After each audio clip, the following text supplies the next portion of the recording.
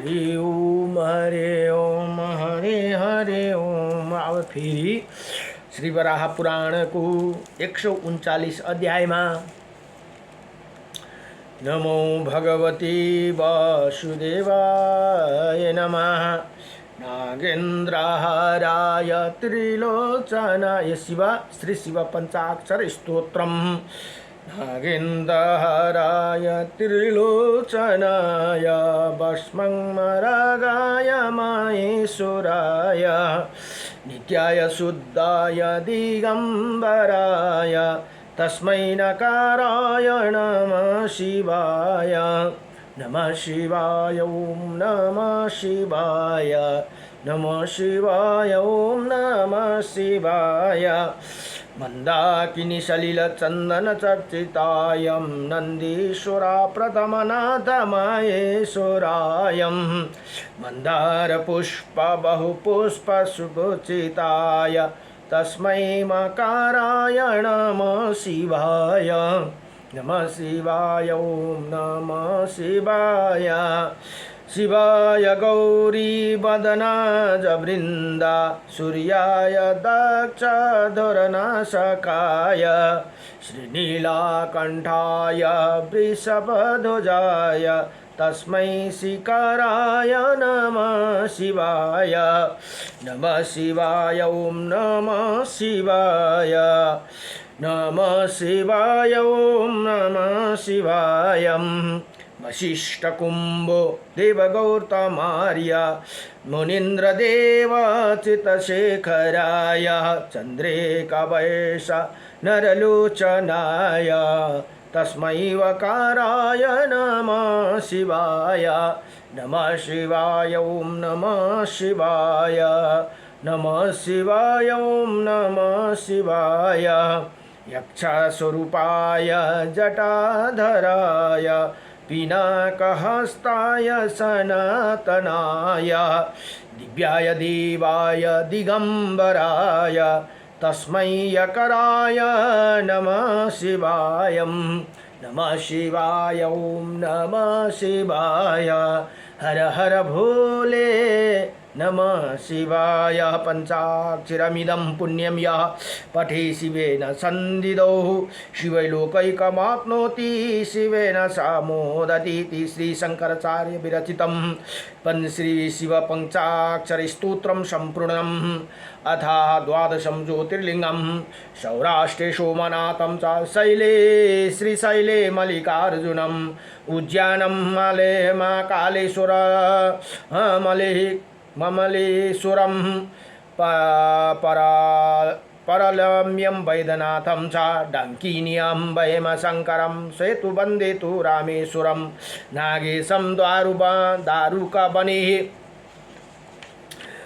दारुकः बने वाराणसी तु विश्वविषें त्र्यंबके गौतमी तटे हिमालय तु केदारे घुष्मेशं च शिवालये एतानि ज्योतिर्लिङ्गानि सायं प्रातः पठे निरः सप्त जन्मकृत पापं स्मरणं विनयति।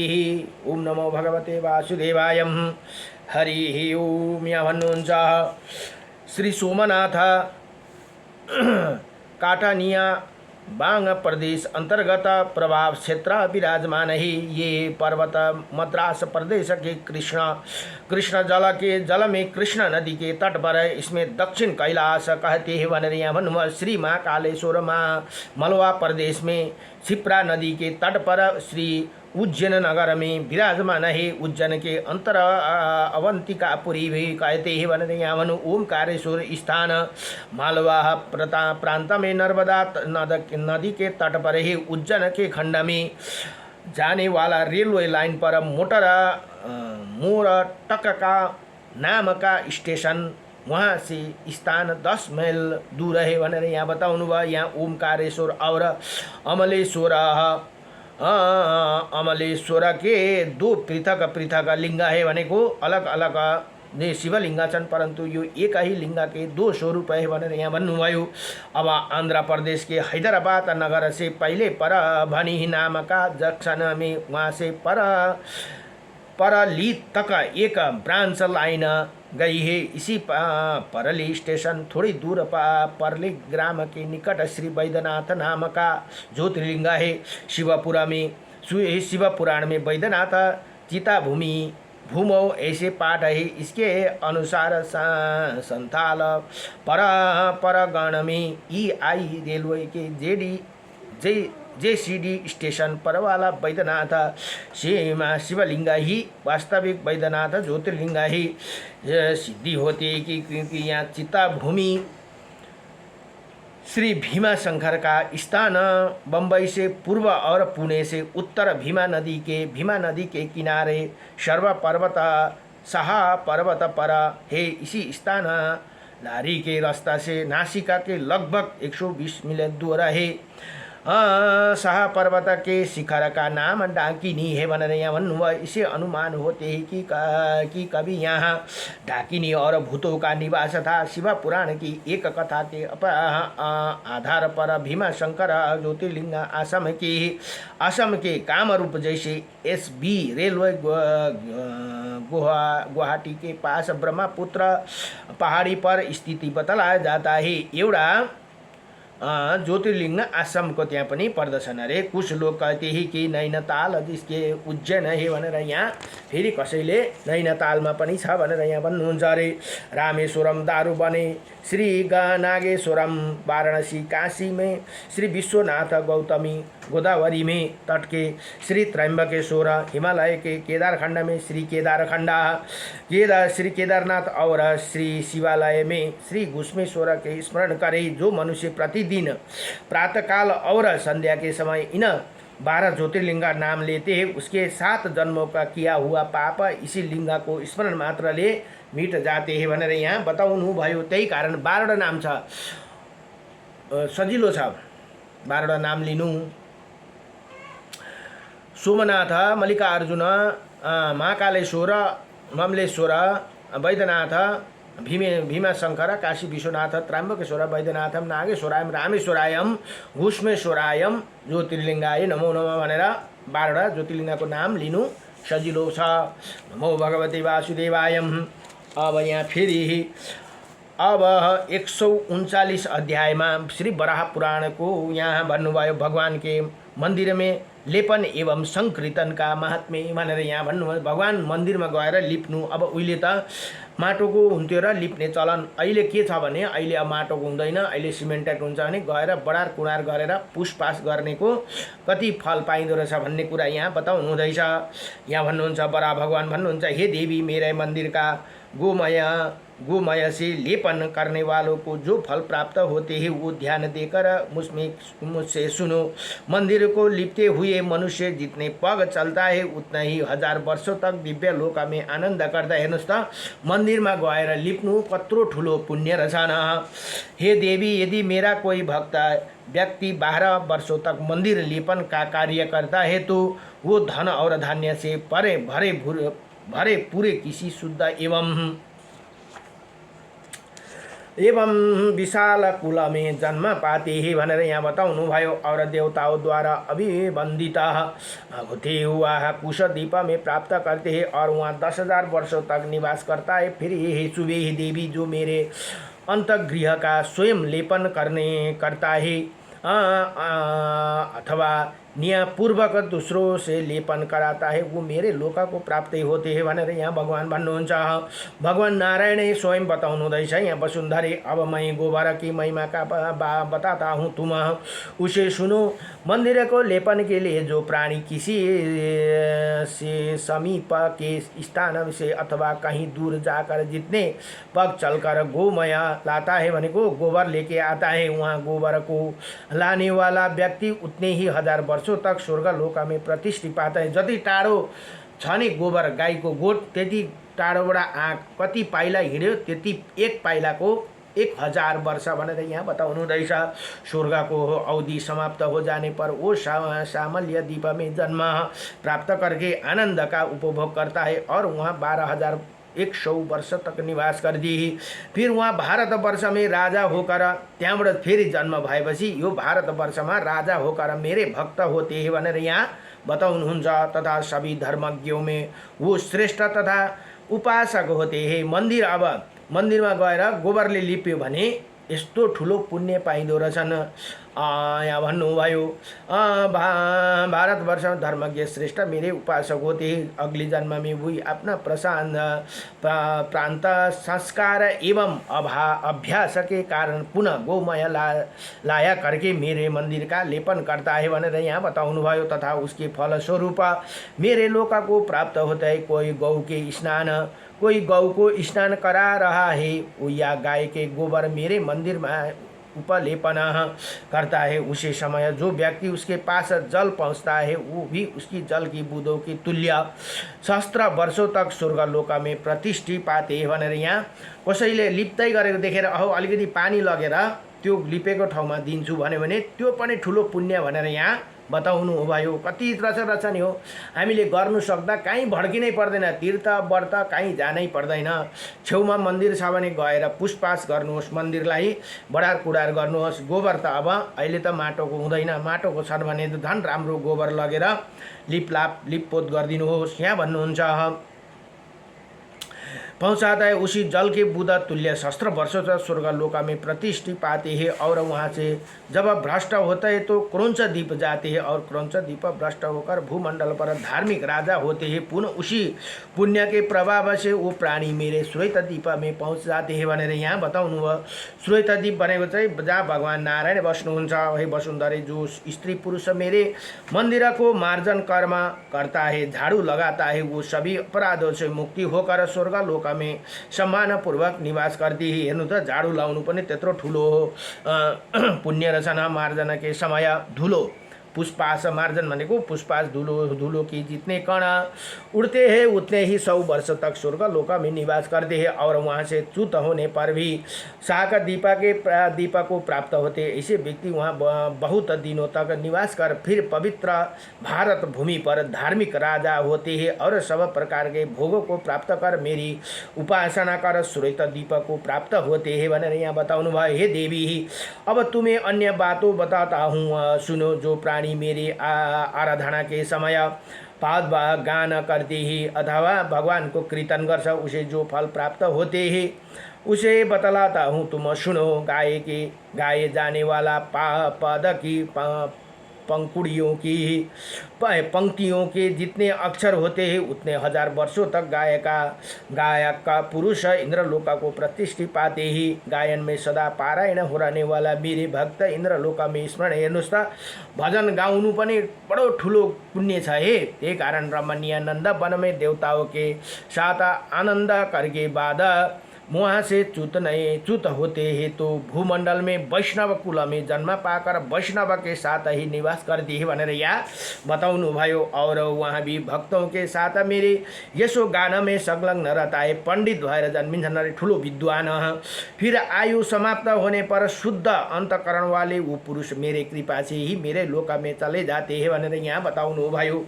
अब पृथ्वी माता सोध्नुहुन्छ, अहो भक्ति संगीत का कैसे विस्मयकारी प्रभाव है। भक्ति संगीत भने श्री कृष्ण गोविन्द हरे मुरारी भनेर यसरी भजन गायो भने पनि यो त बडो दिव्य वाणी यहाँ रहेछ। अत अब मैं सुनना चाहती हूँ इसी गायन की प्रभा से कितनी पुरुष सिद्धि प्राप्त कर चुके हैं भनेर यहाँ बताउनु भयो।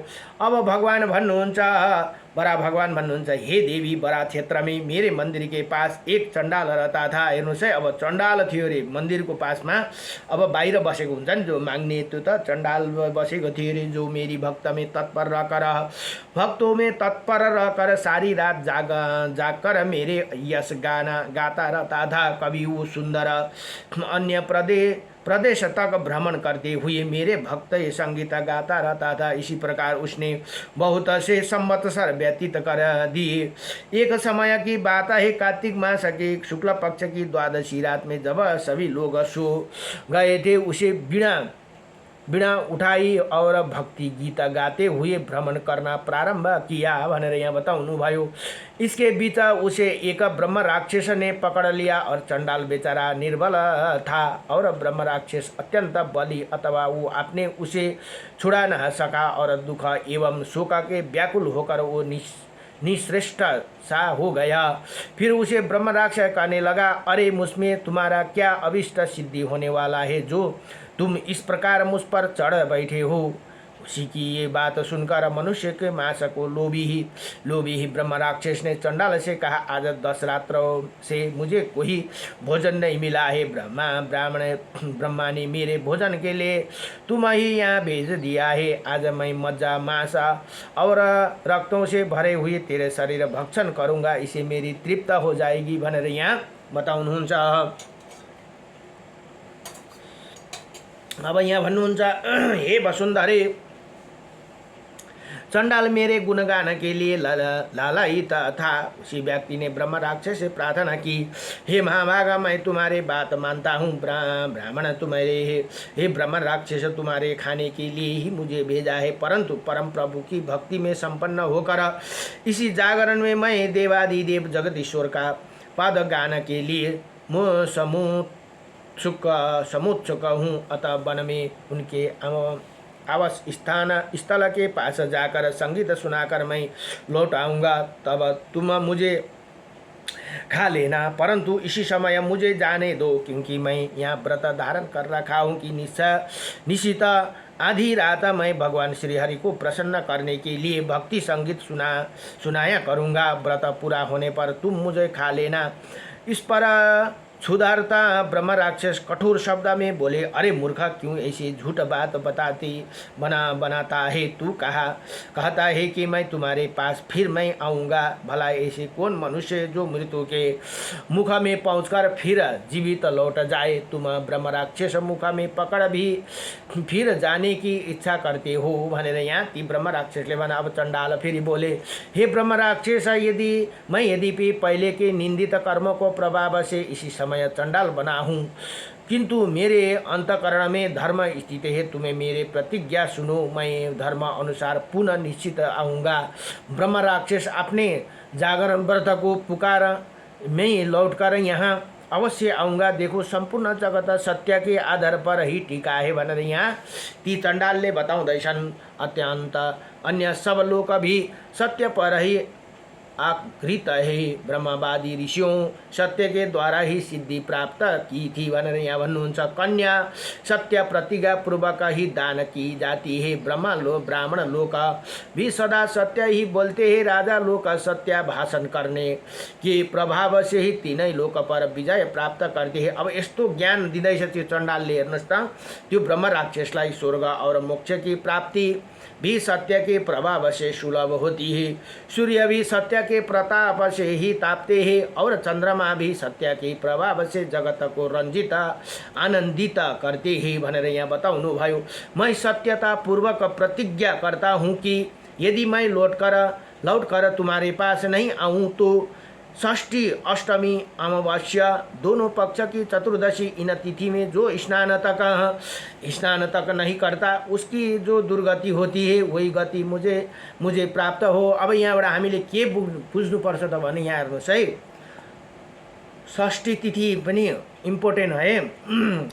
षष्ठी, अष्टमी, अमावस्या, चतुर्दशी यो तिथिमा अवश्य स्नान गर्नुपर्दछ। अरू बेला भ्याएन भने पनि सक्दा त डेली गर्नुपर्ने, नभए औँसी, पूर्णे, अमावस्या, चतुर्दशी यो तिथि, अनि चतुर्दशी, त्यहाँदेखि एकादशी, द्वादशी यो तिथिहरू एकदमै इम्पोर्टेन्ट। यहाँ ती चण्डाल भन्दैछन् है, यो टाइममा जसले स्नान नगरी इस तिथियों में जो स्नान नहीं करता है उसकी जो दुर्गति होती है वो गति मुझे प्राप्त हो।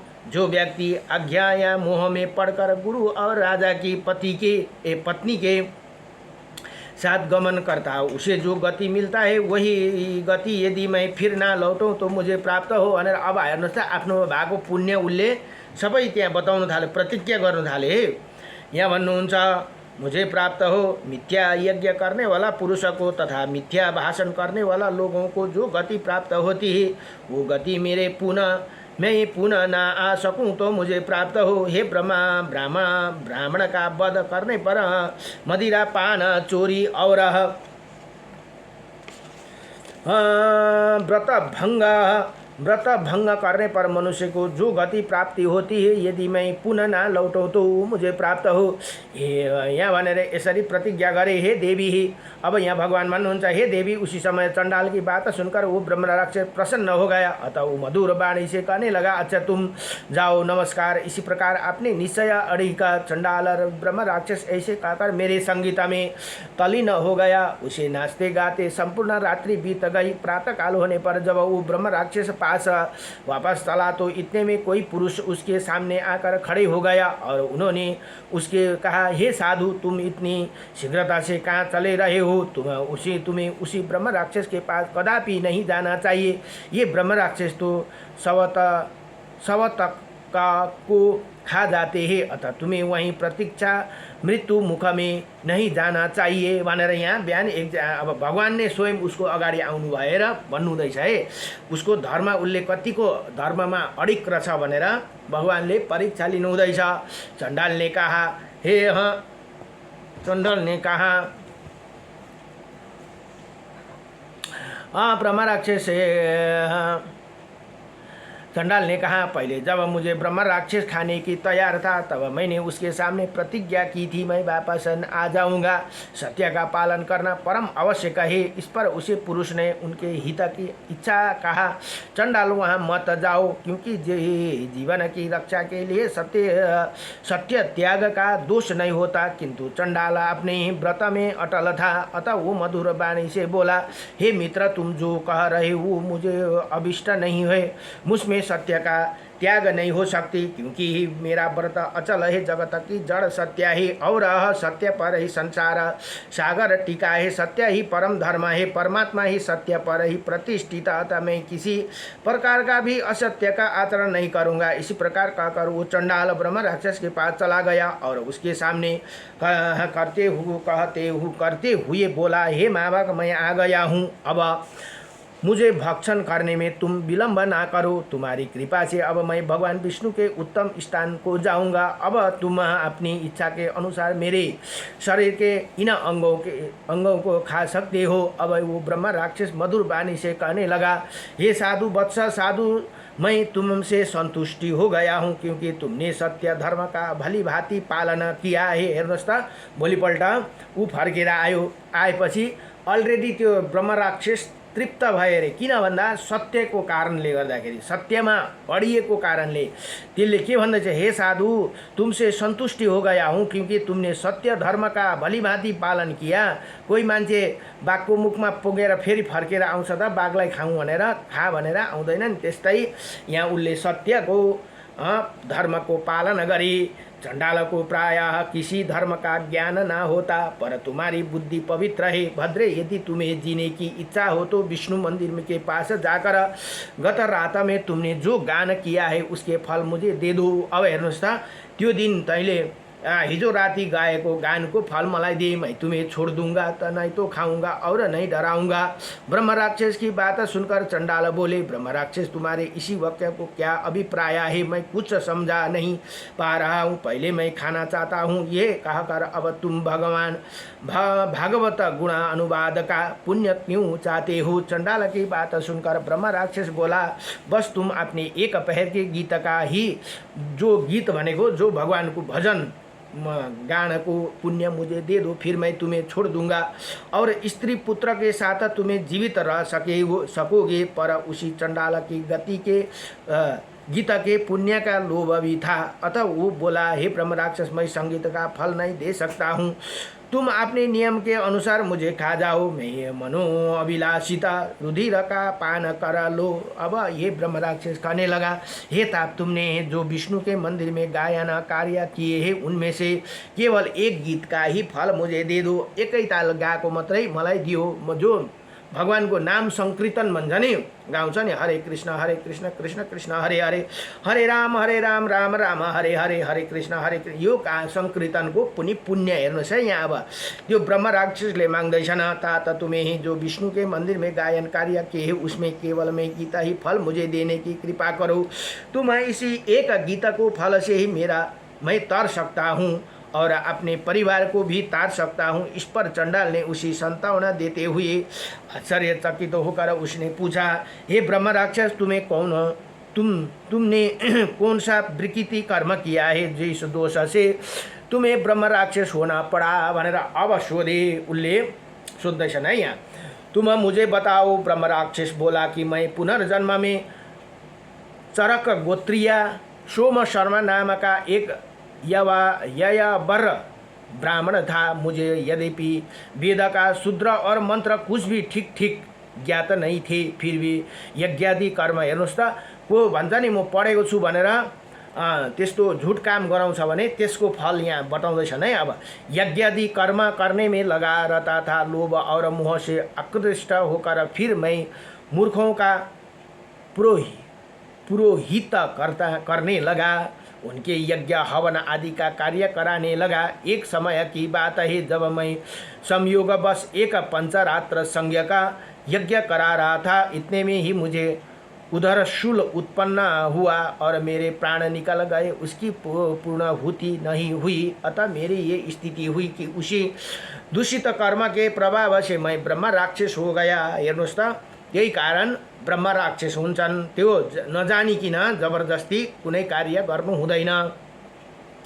मैंने उस यज्ञ में मंत्रहीन, स्वरहीन और नियम विरुद्ध प्रसंग बस आदि का स्थापना की थी। हवन भी आदि अवधि पूर्वक ही कराया और उसी कर्म से दोष के परिणाम स्वरूप मुझे ये राक्षसी योनि की प्राप्त हुई।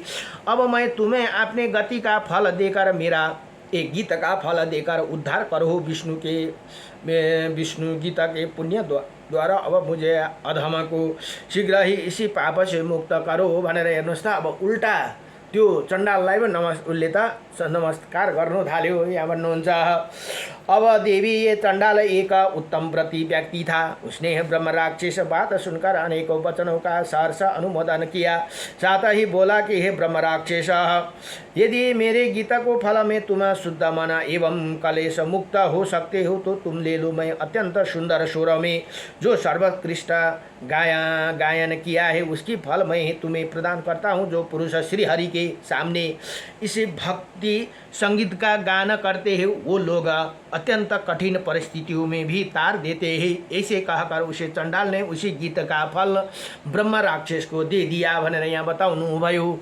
हे भद्रे, फलतः वो ब्रह्म राक्षस तत्काल ही दिव्य पुरुष रूप में परिवर्तित हो गए। और ऐसे जान पड़ता था कि मानो शरद ऋतु का चंद्रमा हो। मेरे गुण युक्त गीतों का फल अत्यंत है भने अनंत है भनेर यहाँ बताउनु भयो। देवी, ये मैंने भक्ति संगीत के गायन के श्रेष्ठ फल का वर्णन कर दिया, जिस गीता के एवं शब्द के प्रभाव से मनुष्य का संसार सागर से तर जाते हैं। अब तो वाद्य का फल होते ही भने बाद का फल होता है, उसी बताता हूँ।